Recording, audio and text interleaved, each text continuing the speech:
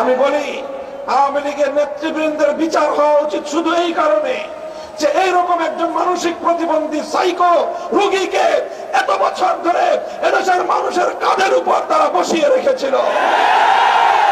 আর এই মানসিক বিকারগ্রস্ত শেখ হাসিনা অব্যাহতভাবে চেষ্টা চালিয়ে গিয়েছে বাংলাদেশকে একটি ব্যর্থ রাষ্ট্রে পরিণত করার জন্য।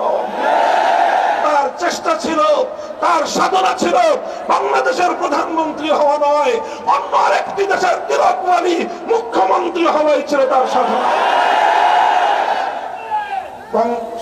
সংগ্রামী সাথী ও বন্ধুগণ, তাই আজ আমাদেরকে মনে রাখতে হবে লক্ষ লক্ষ কোটি টাকা শেখ হাসিনা পাচার করেছে। একজন বিধবা নারীর এত টাকার কোনো দরকার নেই। তার দুজন সন্তান বিদেশে মোটামুটি তারা প্রতিষ্ঠিত, দেশে